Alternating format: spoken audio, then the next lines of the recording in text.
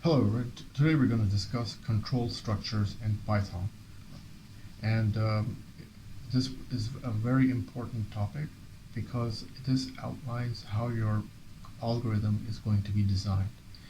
This video is for anyone who is trying to learn code in Python and they want to understand the control structures format. But anyone can watch it for general knowledge in coding aspect. The control of flow can be referred to as the flow of control. So in your coding, when you are writing an algorithm, this is the most important part of your code because it designs the flow of control. And if you get this part wrong, then your whole algorithm is false. So you have to design this with extra careful attributes. And the thing is that when you are designing the flow of control using control structures, you have to use flowcharts. And before even you begin your code, you need to think of a flowchart and put that in paper and design the decision-making process of the whole algorithm. And this is the most important part. And that is the overview of control structures. Control structures are a flowchart method to represent execution flow of a programming language. The flowchart shows each execution step as boxes of various shapes or represent either a command statement, variable creation, a condition, or a decision-making process, diamond shape. So in this image, you can see the rectangle process is the process which is normal code statement. One input, one output. And in the next diamond shape is the decision-making condition block. One input and two more potential outputs. Makes decision on output based on the condition. And the last arrow, designates the direction of the execution of the flow of the software program, basically. And so before you even write your code, you gotta make a flowchart because that makes your thought process much simpler. In the next diagram, we see the sequence, which is the flow of control falls in statement after statement. If you can see the arrows and the process, it just follows one statement, then the next statement, then the next statement, then the next statement. It's a simple execution sequence program.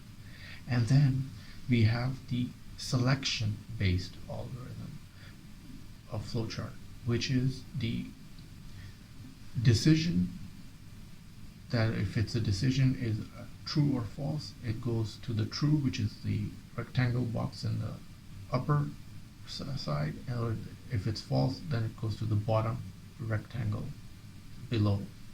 So depending on the decision, that's how the algorithm flows. It's either true or false, and that's the only outcome.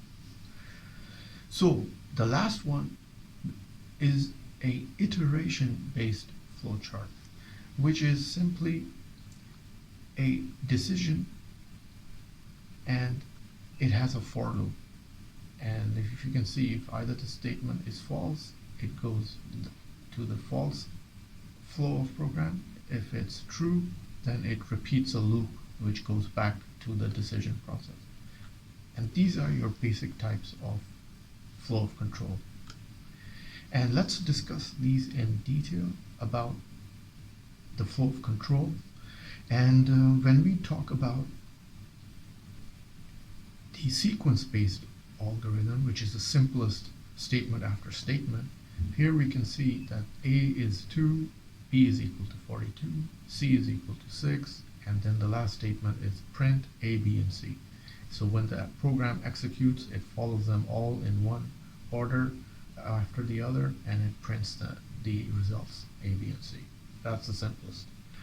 Now we're going to discuss the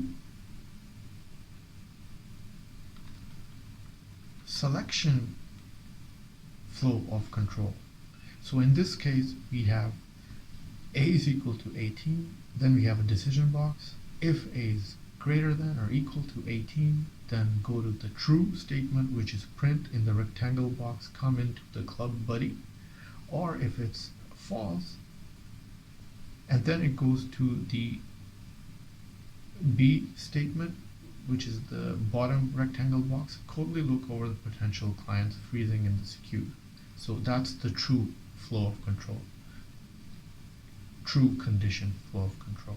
And if you go back and if you go in the decision diamond box, if A is greater than or equal to 18, if the condition is false, then it goes to the bottom box, which says coldly look over the potential clients freezing in the queue. So this is the selection case. And finally, we have the iteration based flow of control, which is in this case a for loop. And this is very common in flow of control structures where for loops are used to make life simpler. In this flow of control diagram, we see A is defined as an array 1 through 20 numeric numbers. Total is equal to 0. And then we have a decision diamond shaped box, which signifies a for loop. And over here we have a for element in A, which is in array A 1 through 20. And if the decision is true, then go to total equal to total plus elements, and then it repeats the for loop. And if it's false, then it goes to print the total of the counter loop.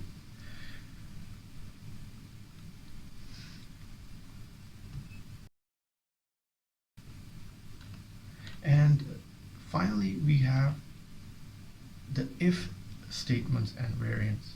So in any flow of control or control structures, we have the if else and if else statements. And these are very necessary in coding because they determine the smaller flow of controls in an algorithm, or the small decision making process. So the basic one is F statement, just one statement after another without an else condition. So in this if statement, if the condition expression is true, it executes a statement 1, then it goes to the next statement 2, and then it goes to the next statement, and then it falls out of the if structure and goes back and executes the normal flow of control. And then we have the if else structure. In this code, when you look at it, you will see that the variables are defined as value and threshold, and then there's a print statement, and then there is the if else structure block of code. So basically all the if else statement is doing is they're deciding on two outcomes. If value is greater than threshold, then print this above threshold.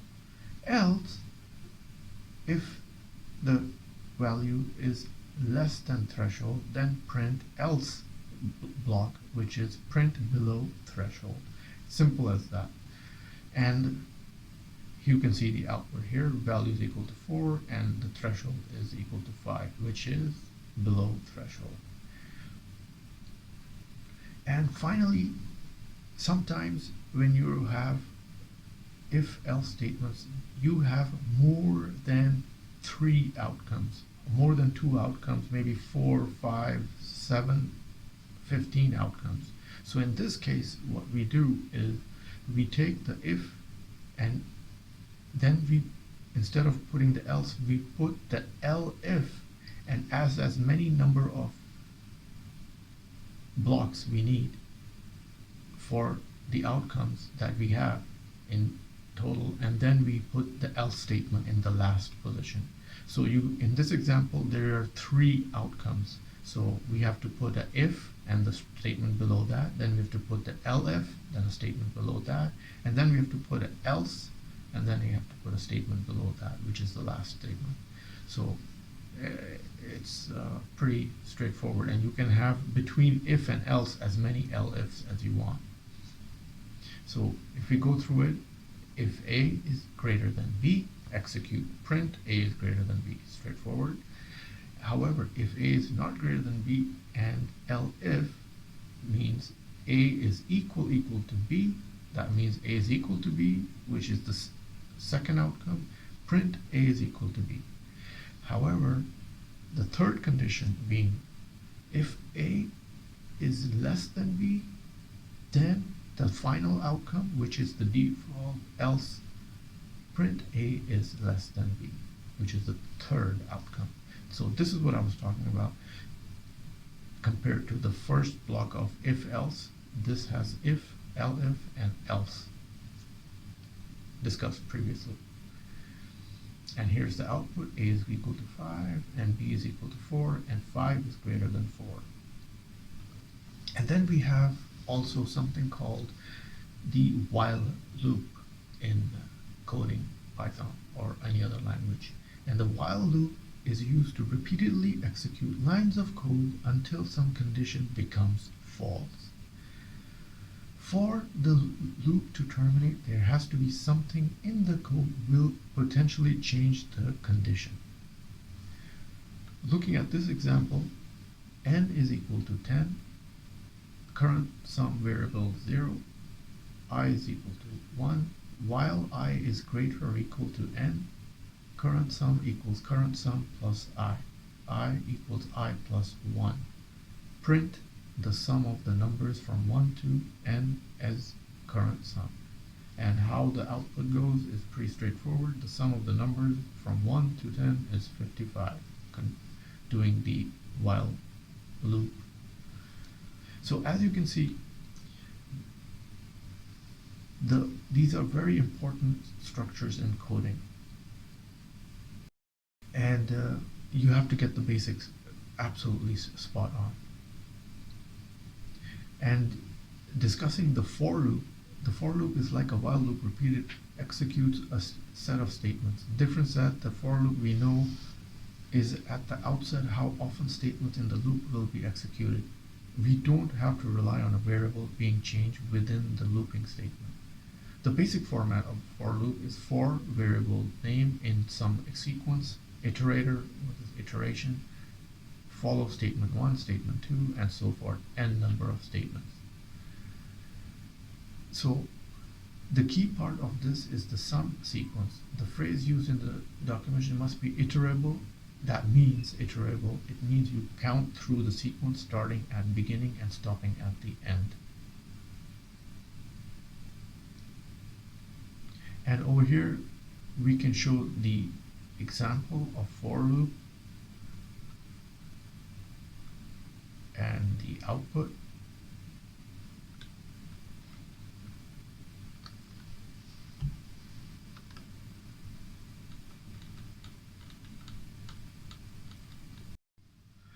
I have also given the links to the source article, so if you want to read them through on your own, you can do that. The links are given inside the video's description box, so you can check the in detail view of all the code discussed in this video.